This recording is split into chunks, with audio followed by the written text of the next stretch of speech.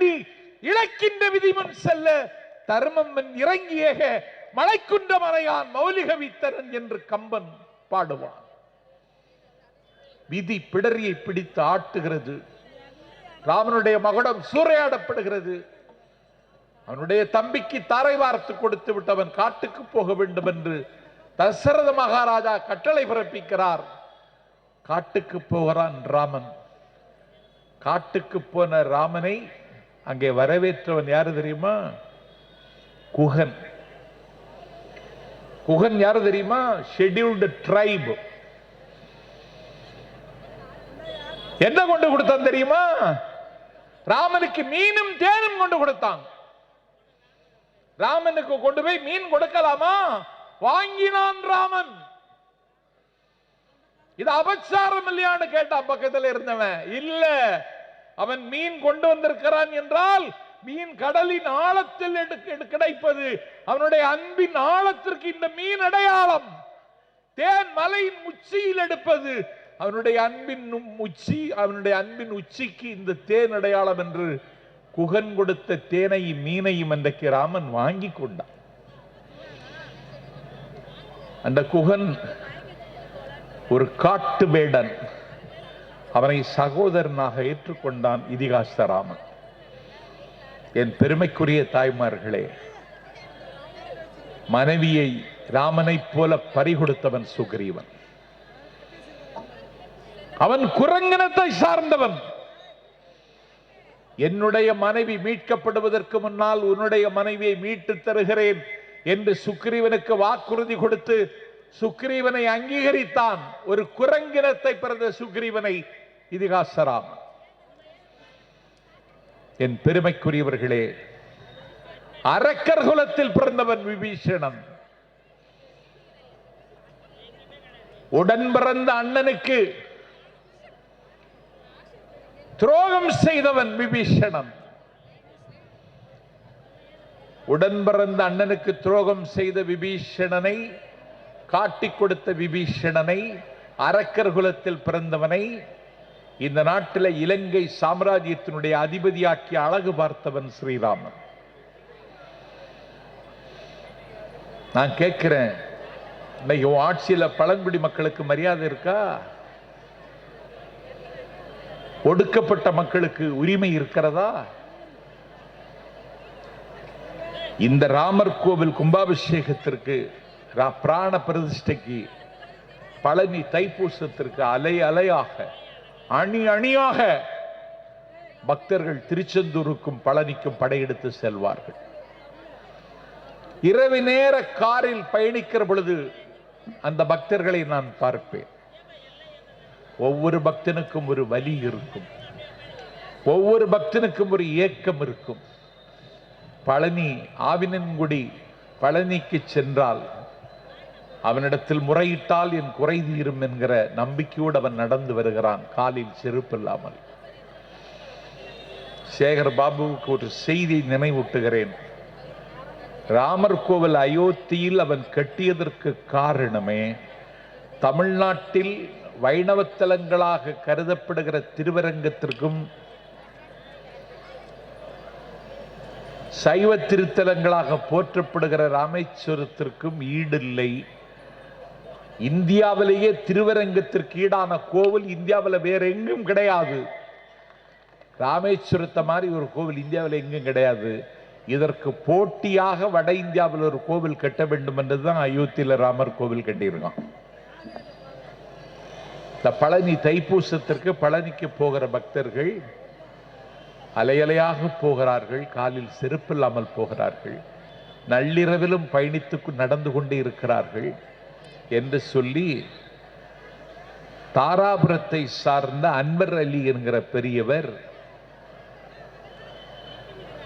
பாய் வியாபாரம் செய்கிறார். அவர் பாய் தான், வியாபாரமும் பாய் தான். பாய் வியாபாரம் செய்கிறார். காலையில் 7 மணிக்கு தொடங்கி 11 மணி வரைக்கும் கடையில் இருக்கிறார்.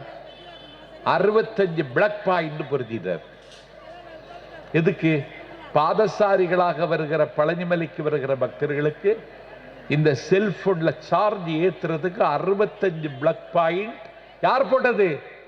தாராபுரத்தை சார்ந்த அன்வர் அலி. பழனி தைப்பூசத்திற்கு முருகா என்கிற திருநாமத்தை உச்சரிப்பவனுக்கு ஒரு முஸ்லீம் அவனுடைய செல்போனுக்கு பிளக் பாயிண்ட் பொருத்துவதற்கு முன்வருகிறார் என்றால் இதற்கு பெயர்தான் தமிழ்நாடு, இதற்கு பெயர்தான் எங்கள் பண்பாடு. ஆக்கிரமிக்கப்பட்ட காஷ்மீர்,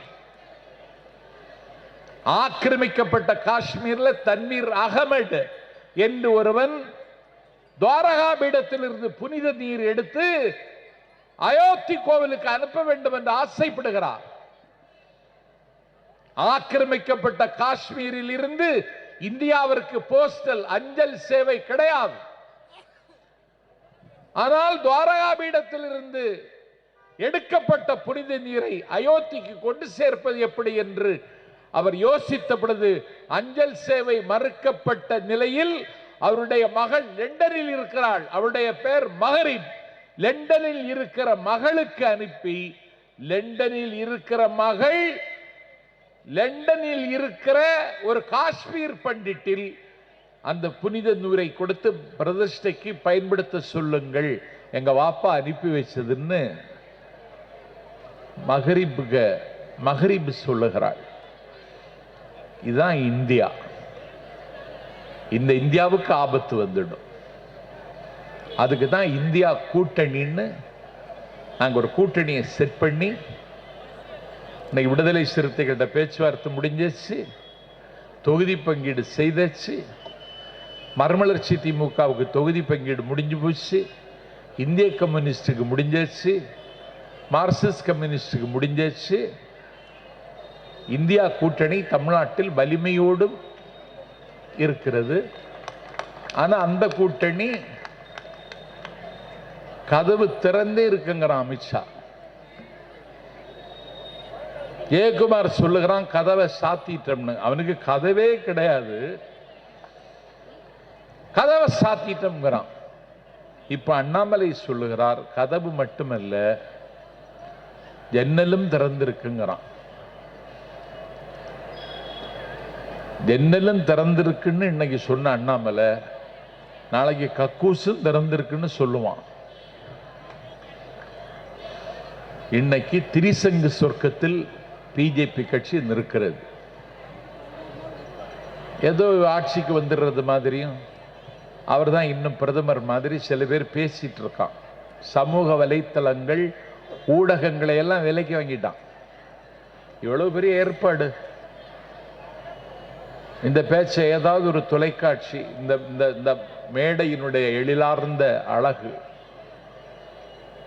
பெரியார் அண்ணா, கலைஞர் அண்ணன் ஸ்டாலின், உதயநிதியினுடைய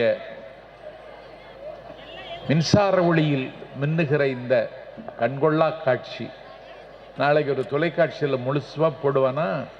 போட மாட்டான். ஆனா இந்தியாவில் அவர் தான் பிரதமர்னு திருப்பியும் சொல்றான். அதுக்கு இன்னைக்கு 100 ரூபாய் உங்களை ஏமாத்துறதுக்கு கேஸ் சிலிண்டருக்கு விலை குறைச்சிருக்கான். ஒரு கழுதைக்கு முதுகுல அழுக்கு துணியை கட்டி சுமந்து ஆத்துக்கு கூட்டிட்டு போறான்.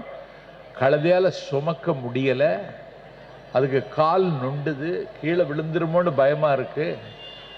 கழுதை மேல் மூச்சு கீழ் மூச்சு வாங்குது. அப்ப அந்த கழுதையை கொண்டு போறவன் மேலே இருந்து ஒரு டவலை மட்டும் எடுத்து கீழே போட்டுட்டு சுமையை இறக்கியாச்சுன்னு கழுதை ஏமாத்தினது மாதிரி உங்களை கழுதைன்னு நினைச்சிட்டு 100 ரூபாய் குறைச்சி இன்னைக்கு ஏமாத்த பார்க்கறான். நாங்கள் கழுதை அல்ல, நாங்கள் கற்பூர புத்தி உள்ளவர்கள். எங்கள் காலை வாருவதற்கு நீ எத்தரிக்கிறாய். உன்னுடைய 6 கால்களை வெட்டி சாய்ப்பதை தவிர இந்த யுத்தத்தில் எங்களுக்கு வேறு நோக்கமில்லை என்பதை வருகிற யுத்த காலத்தில் நீங்கள் தீர்ப்பாக எழுதுங்கள்.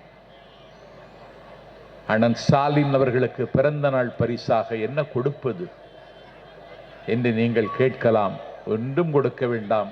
உதயசூரியன் சின்னத்தில் முத்திரையிட்டு காரும் கடலும் பாரும் பருதியும் வானமும் சந்திரனும் இருக்கிறவரை இன்பத் தமிழகத்தில் திமுக ஆட்சிதான். இன்னும் 25 ஆண்டுகளுக்கு ஸ்டாலின் தான் முதல்வர் என்பதை அவருக்கு பரிசாக தாருங்கள் என்று கேட்டு, இன்னும் நான் பேச ஆரம்பித்தால் என் செல்வாக்குக்கே ஆபத்து வரும் என்கிற காரணத்தால் விருப்பமில்லாமல் விடைபெறுகிறேன். நன்றி, வணக்கம்.